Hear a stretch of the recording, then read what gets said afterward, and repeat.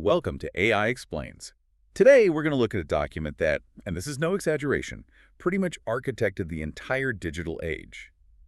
We're walking through Claude Shannon's 1948 paper, A Mathematical Theory of Communication. And it's just so hard to overstate how heavy this paper is. I mean, before 1948, information was this philosophical idea. It was about meaning. Right. Shannon just turns it into an engineering problem. He basically gave us the DNA for, well, for everything. The internet, your phone, that text you just sent. And right at the center of that DNA is a concept we all know now, the bit. Yeah, but back then, he had to actually define it. He had to invent it. Well, he credits the name to J.W. Tukey, short for binary digit. But the concept is pure Shannon. He realized that any information, no matter how complex a song, a picture, a book, it could all be broken down into a series of simple yes or no choices. He uses that great example of a device with two positions, like a light switch, on or off. Exactly. Or a coin flip, heads or tails. That's one bit of information.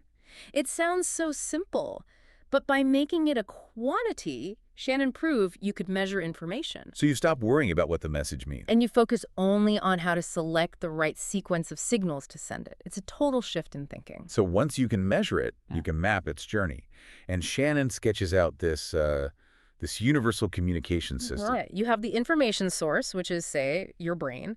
It uses a transmitter, like your voice, to send a signal across a channel. The air in this room? The air, a copper wire, whatever, and on the other end there's a receiver, your friend's ear, and finally the destination, their brain. But every channel has a villain. It does. Noise, static on the radio, a bad cell signal, even just, wind messing up your words. It's the great enemy of communication. And the intuitive way to beat noise back then was just power, right? Yeah. If there's static, you just shout louder. You just overpower it. And that is where Shannon drops the bombshell. He proved you don't need to shout. He discovered this fundamental limit, what we now call channel capacity. And he proved, mathematically, that as long as you send your data below that speed limit, you can achieve perfect transmission. Perfect, like zero errors. Zero errors, even in a noisy channel. But that feels like a paradox.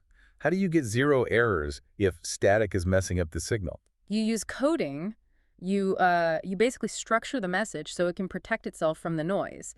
And this leads to my favorite part of the paper, redundancy. This is where he analyzes the English language, isn't it? Yeah, and his finding is just staggering. He calculates that English is roughly 50% redundant. 50%. So half of the letters we're using right now are basically filler. In a way, yeah.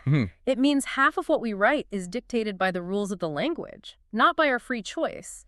If I write the letter Q, you know it's coming next. You, almost certainly. Exactly. And because of those rules, you can often delete half the letters from a sentence and still figure out what it says. The structure kind of fills in the blanks for you. That is precisely how you beat noise. You don't shout louder. You add clever redundancy.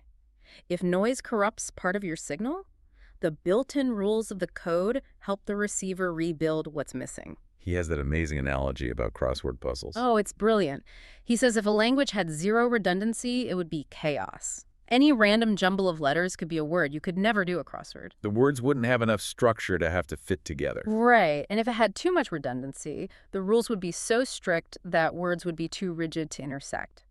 But at 50%, it's this Goldilocks zone. It's what makes crosswords possible. Okay, so there's a flip side to this. If redundancy is what makes a message predictable, Shannon also needed a way to measure the unpredictable part. And that's entropy. He borrowed the term from thermodynamics, but he applied it to a different idea.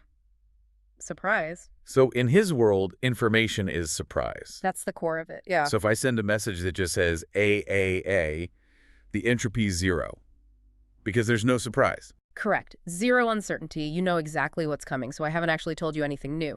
But if I send a completely random, unpredictable string of letters, well, that's maximum entropy, maximum information. Wait a minute. This is the logic behind file compression, isn't it, when we zip a file? It's exactly that. Compression algorithms are just hunting for low entropy. They find all the predictable, redundant stuff and just strip it out to save space. So they only transmit the surprise. Only the high entropy parts. Yeah. We are literally using Shannon's map from 1948 to watch Netflix today.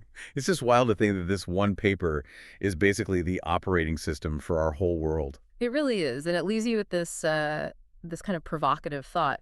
If Shannon's right and our language is 50% redundant, that implies half of our daily speech is technically unnecessary filler. Yeah. It just makes you wonder, if we could strip out all that redundancy, could we communicate twice as fast?